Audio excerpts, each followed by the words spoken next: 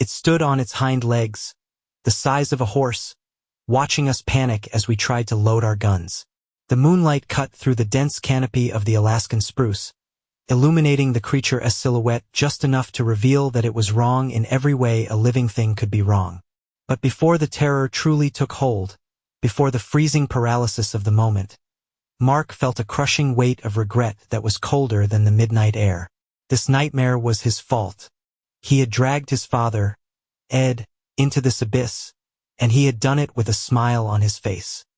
6 hours earlier, the Copper River Basin had been bathed in the golden, deceptive warmth of an autumn afternoon.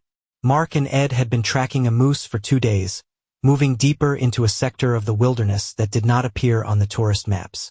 Mark, 28 and eager to prove that his years in the city had not softened him, led the way with an aggressive pace. Ed, a man of 60 with knees that clicked like dry branches, followed with the quiet caution of someone who knew that nature was not a playground. They broke through a thicket of alder and stumbled into a clearing that smelled intensely of copper and ozone. "Hold up," Ed said, his voice dropping to a whisper. He grabbed Mark's shoulder, his grip surprisingly hard. "Do not step there." Mark stopped, annoyed at the interruption, and looked down. The annoyance vanished, replaced by a confused frown. In the center of the clearing, surrounded by ancient, towering pines, was a carcass. It had been a caribou once, perhaps a week ago, but now it was an art project. The bones had been stripped completely clean of flesh, not gnawed by wolves or scattered by bears, but polished to a pristine, ivory white. That was not the disturbing part. The disturbing part was the arrangement. The ribs had been detached and pushed into the soft earth standing upright, forming a perfect, mathematically precise spiral. The skull sat in the dead center, facing true north, and the leg bones formed a square border around the entire display. "Poachers?" Mark asked, though he knew the answer did not fit. Poachers took the antlers and the meat. They did not play with Legos made of skeletons. "No," Ed said. He backed away slowly, his eyes scanning the tree line. The color had drained from his face, leaving his skin the shade of old ash. "We leaving now. We go back to the truck, drive to the lodge, and we do not mention this to anyone." Mark laughed, a sharp, incredulous bark that sounded too loud in the silent clearing. "Dad, come on. That's some bored survivalist nut job or some kids messing around. Look at the precision. It's gotta be humans. Animals do not do geometry." He felt a surge of adrenaline, not fear. This was a story. This was something he could post about, something he could brag about at the office. "We 10 miles in. It'll be dark before we hit the ridge. We camp here, see if the artist comes back. Imagine catching this guy on the trail cam." "Mark, listen to me," Ed pleaded. And for the first time in his life, Mark heard a tremor in his father's voice. "I've hunted these woods for 40 years. I've seen bear kills, wolf packs, wolverines. Nothing does this. This is not a territory marker. It's an altar. It is a prank, Dad. Stop letting the isolation get to you."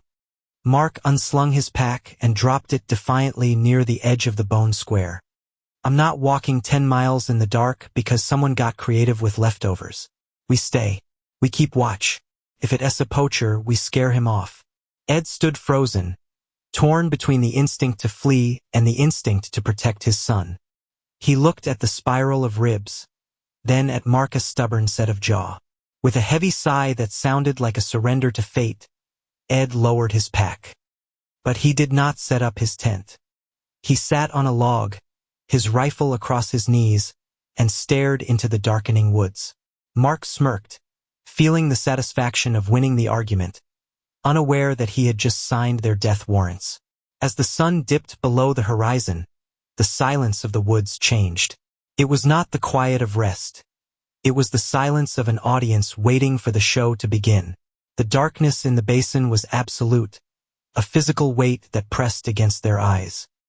Mark had taken the first watch, sitting by the low fire, scrolling through cached photos on his phone to stave off the boredom. He had expected to hear the crunch of boots or the distant hum of an ATV. sounds of the human pranksters he was so sure existed. Instead, around 2 a.m., the fire began to die, not gradually, but as if the oxygen was being sucked out of the air. It started with a sound from the north, just beyond the reach of their dying embers. Snap. Then silence. Then, from the south, snap. It was not the chaotic rustle of a foraging animal. It was a rhythmic, deliberate breaking of heavy branches. Snap, snap, snap. Dad? Mark whispered, reaching out to shake his father's leg. Ed was already awake, sitting bolt upright, his knuckles white on the stock of his 30-06. Do not turn on the light, Ed hissed, but it was too late. Mark, driven by a spike of panic and the need to assert control, clicked his heavy-duty tactical flashlight on and swept the beam across the clearing. The beam cut through the blackness and hit something standing between two spruce trees. The creature was massive. It stood on two legs, towering over 7 feet tall, its body covered in fur that was not black, but a matted, light-absorbing gray. It had the head of a wolf, but the proportions were grotesque. The jaw was too long, the eyes too wide, the shoulders broad and muscular like a man's. It did not flinch when the light hit it. It did not growl. It just stared, its golden eyes burning with a terrifying, calm intelligence. "Oh God!" Mark choked out. He scrambled backward, kicking over the coffee pot. "Dad, shoot it! Shoot it!" Ed raised his rifle, aiming for the center mass. He pulled the trigger. Click. A dud round. He racked the bolt frantically, the metallic sound echoing in the clearing. He pulled again. Click. It has jammed. Ed screamed, his voice cracking. Mark fumbled for his own rifle, his fingers numb and useless. He tried to shove a magazine into the well, but his hands were shaking so violently that the magazine clattered to the rocks. He dropped to his knees to grab it, and that S when the flashlights began to fail. First Ed S, then Mark S, flickering in a strobe light rhythm that made the approaching monster move in disjointed, stop-motion horror. The creature stepped into the clearing. It did not charge. It did not leap. It walked with a slow, exaggerated gait, placing its feet with theatrical care. It was closing the distance, and they were defenseless. Mark finally jammed the magazine home and racked the slide, aiming at the towering nightmare. But as he looked through the scope, he saw that the creature was not looking at the gun. It was looking at him, and its mouth was curling upward, revealing teeth that were too flat, too human, to belong to a wolf. The creature stopped 10 feet away. It loomed over them, casting a shadow that swallowed the last light of the fire. Mark's finger tightened on the trigger, but his muscles locked. The sheer wrongness of the thing, the way it stood with its weight back on its heels like a man waiting for a bus, short-circuited his brain. They had fallen into a trap that had no bottom, and the creature was savoring every second of their collapse. Mark screamed and pulled the trigger. The firing pin struck the primer, but there was no explosion, just a dull, mocking click. The gun had not jammed. The ammunition was dead. All of it. That was when the creature moved. It did not lunge for their throats. Instead, it slowly reached down with a hand that was unervingly like a clawed human hand and picked up a thick, straight branch from the ground. Mark watched, his breath caught in a painful lump in his throat, as the beast raised the stick. It pressed one end against its massive shoulder and pointed the other end at Ed. It was mimicking a rifle. The creature tilted its head, its golden eyes narrowing. Then, from deep within its chest, a sound emerged. It was not a roar. It was a mechanical, wet clicking sound. Clack, clack. It was the sound of a bolt action cycling. Perfect, high-fidelity audio, produced biologically from the creature's throat. Ed whimpered, dropping his useless rifle and scrambling backward into the dirt. It's playing with us. The creature adjusted its grip on the stick, pointing it now at Mark. It opened its mouth, and a voice came out. It was not a wolf's howl. It was a distorted, gravelly recording of a human voice.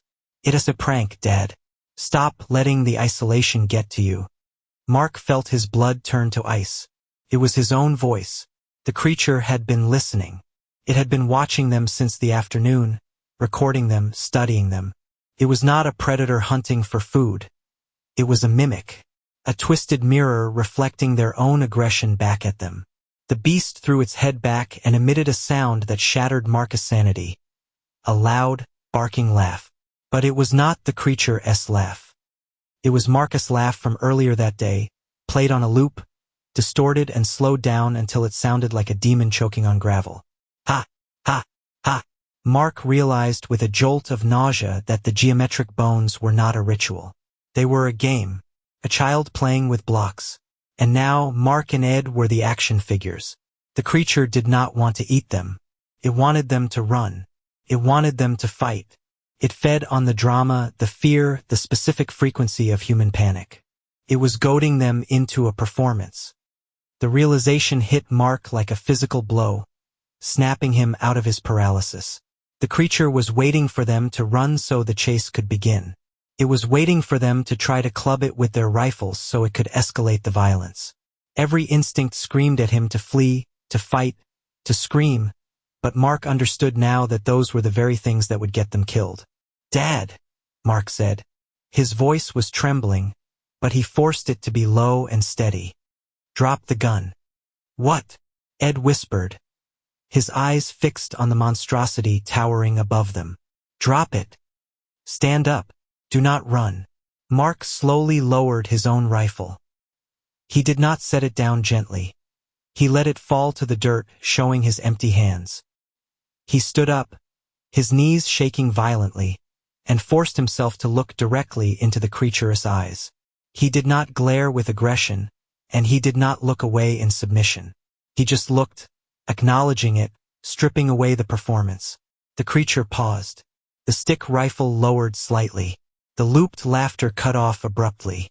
The beast cocked its head to the side, a dog-like gesture that was horrifying on a 7-foot scale. It seemed confused. The toy had stopped squeaking. The script had been broken. "Get up, Dad," Mark commanded softly. Hands visible. "We are leaving. We are boring." Ed, sensing the shift in his son, struggled to his feet.